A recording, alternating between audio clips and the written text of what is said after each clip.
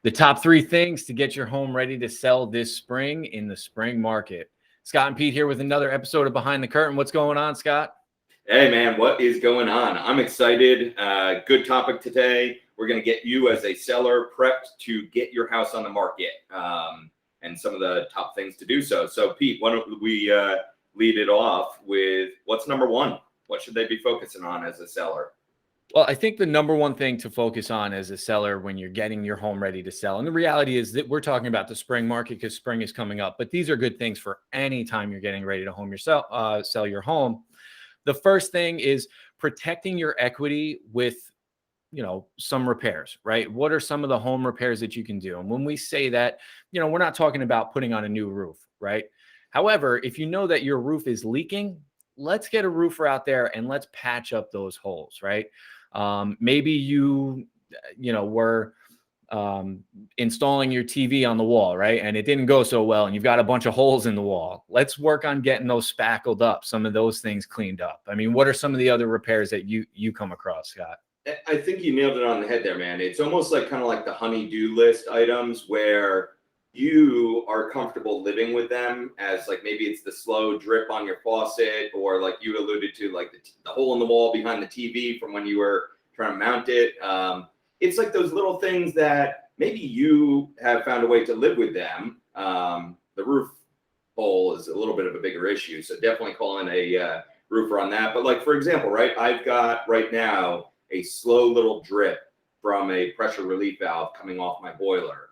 And I do have a plumber coming out, but like I kind of taken the approach for the last week or two of, this isn't a huge item, but if I was putting my house on the market, it sure is going to look a lot better to have a functionally sound boiler rather than a buyer looking at that saying, well, what else hasn't he maintained around the house? So I think that's what we talk about when we say protect your equity, make some of those honey-do list repairs so that the buyer isn't seeing them as issues you haven't addressed over time, right? 100%. I mean, one of the things that always resonated with me, I was in a training or something, and they talked about how that replacing that valve is maybe a couple $100, but just assume that a buyer, when they see a repair, double it, right? So now in your mind, and as a seller, someone who's owned a home before, we know, look, that's not really a costly repair. However, when a buyer sees that, a hole in the wall or whatever, a dripping, pressure release, in their mind, they're thinking thousands. They're thinking the boiler is going to, crap out on them in a year or two. Or so it's really just protecting your equity by also just putting the buyer's mind at ease and not giving them that. And I think that's a great point you made too, where they start to see one thing or two things. Now they start to, their imagination gets away and they start to think that everything is like that. So, yeah, exactly. It's the little stuff, but it adds up. So then the second thing that I think we talked about is just, once you've got some of those repairs done, it's also super important. And if you look behind either of us in our video right now, you can tell, right? We are living in our house right now. So we've got some of those personal effects, things that kind of bring joy to our lives, scattered around in our offices, right? But if you're getting ready to sell your home, you're going to want to go through, and I always say it's, declutter, depersonalize, and then also focus on cleaning, because those 3 things can have a huge impact on the perception of the buyer when they walk in the door. So what are your thoughts on those, 3-in-1 special there? Declutter, depersonalize, and clean. Those are some of the most important, aside from, of course, doing the costly repairs. I mean, the idea behind depersonalizing is that we want the buyer to envision themselves, their family living in this home when they come and walk through it. When we have a lot of personal pictures and personal things, it makes that harder for the buyer to do. So we want that to be as easy as possible. Decluttering just makes a space look more open, right? The first thing that comes to my mind is the kitchen counters, right? Kitchen counter space is, a premium for all buyers that are out there. Almost every buyer I've ever worked with, a kitchen and space to cook or just a bigger kitchen top was important. So you want to take take your coffee pot down for the photos, and maybe you have a coffee and an espresso machine. And listen, you do live in the house, right? So there's a difference between the way we're going to stage it for photography and maybe the open house, and then the way you're going to live in your house throughout the entire process. We have to be reasonable, but decluttering and just thinning things out. Another good example is, we all have full closets, right? We tend to fill those babies up. A good tip is take half of the clothes, maybe stuff that you don't really wear as often, and remove that from the closet. Just the buyer being able to see the back of the closet will just automatically make the closet feel much, much bigger. And then cleaning, one of the biggest things that I always point out is like the light switches, right? And door handles.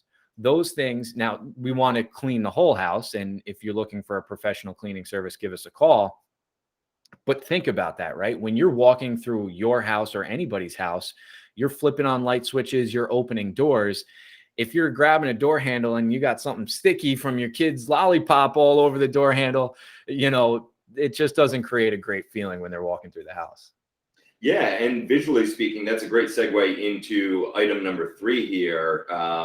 Would be kind of give your house a facelift, right? So when we get to that stage of the process, what we're talking about is maybe we're looking at bringing more light into the house. One of the number one ways we can do that is look at some of those maybe older curtains that might have been hanging up on the windows since 1992, and like they just don't look fresh and bright, and we want to bring as much light into the house as possible. We might also consider painting. And when you mention the light switches, I immediately think of, like, I just recently got done painting my bedroom. And it's always funny to me, and it's not the first time I've experienced this, but you go and you paint your trim white, right? That nice new shiny white. And all of a sudden you're looking around at the trim you haven't gotten to yet. And you're like, whoa, like what color is that? Like, and you never notice it when you're living with it. But then all of a sudden you put that fresh coat of paint on, and it's like, wow, big difference. I feel like it's almost like that Clorox commercial, right? Before and after. So that's kind of giving your house a facelift. Any other tips on that side of things? Well, yeah, painting is tricky, right? Because to your point, like you paint one and then it's like, well, where does it stop and how does it keep going? So, if you are painting, maybe you're not thinking of selling and you're just painting your house for a facelift for you, make sure you keep a note, a log somewhere, mark the can, know what paint colors that are, right? Paint has a shelf life. So you might go to sell in 5 years and the paint's no good. If you've got a good color on there, right? And we want to stay away from dark colors. To your point, brighter makes it look bigger, makes it more positive, gives a more positive energy to somebody walking through the home. But if you can just do, paint colors they start to wear, you're living in the house, the same color, but just a nice fresh coat. Now you're only talking about one coat. You don't have as much of that. Well, now where do I stop painting? But yeah, though, bright, light, modern neutral colors, that's really what we're looking for. And I love your point about the old drapes and like the lace looking ones, right? Those are the ones those, they had their heyday, and if people enjoy them, that's great. But it's amazing what it looks like when you take those down. It can just really make a house really look very modern and up to date. First hand experience is wild. I just realized the other day, like I've seen them and I never really took note of how ugly they were. And I hope I'm not offending anyone because I'm talking about my own curtains in my kitchen. They were these kind of translucent, white with blue frilly, whatever, half curtains that had been there since I bought the house. And I finally was looking at them. I'm like, I got to clean the windows. And what's with these things are really scuzzy. I took them down, and now for the past week, so much light flooding into the kitchen. It's like a whole new space. So we all are guilty of having those old curtains that we probably look at every day and don't realize what an impact it can be to take them down. Last pro tip, something you mentioned. This is a shout out to a friend in the industry, Haza. I just recently saw her post something that was, when you are painting, pop the light switch off, the light switch cover, and write in Sharpie right there the paint color and any other important notes for things you want to remember. It's a great way to kind of have it when you need it, because sometimes you might lose the paint can or forget to label it the right way.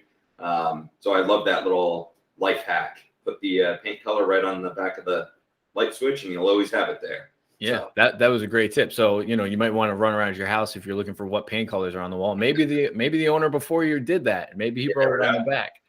One other thing I did want to touch on too is, you know, we talk a lot about the spring market, right? And there's that myth, I will say, or myth understanding that, you know, the spring market is the time to sell because, you know, that's when all the kids are out of school and the weather is nice and all that kind of stuff. And we will do a video in the future on curb appeal.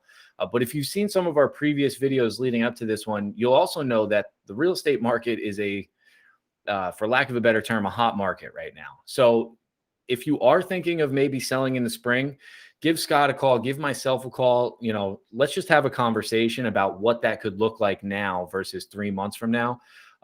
Because, you know, people get in their head that spring is the time to sell. It's not always the case. That's absolutely true. I think especially in the last 2 years, we have seen kind of the seasonality of the market just completely disappear. So Pete's right on the point there. If you're thinking of selling, don't get caught up just waiting for the spring. Do so around your schedule, and let's get talking about that sooner than later. So till Yeah, next and week.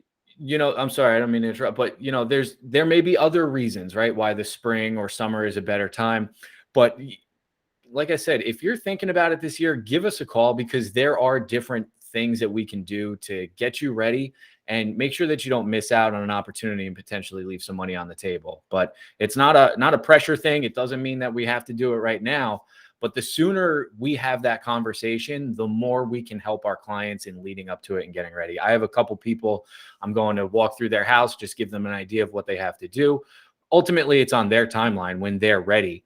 You know, I always say our job is to give our clients the information for them to make the best decision for them. So Hashtag facts. Till next time, guys.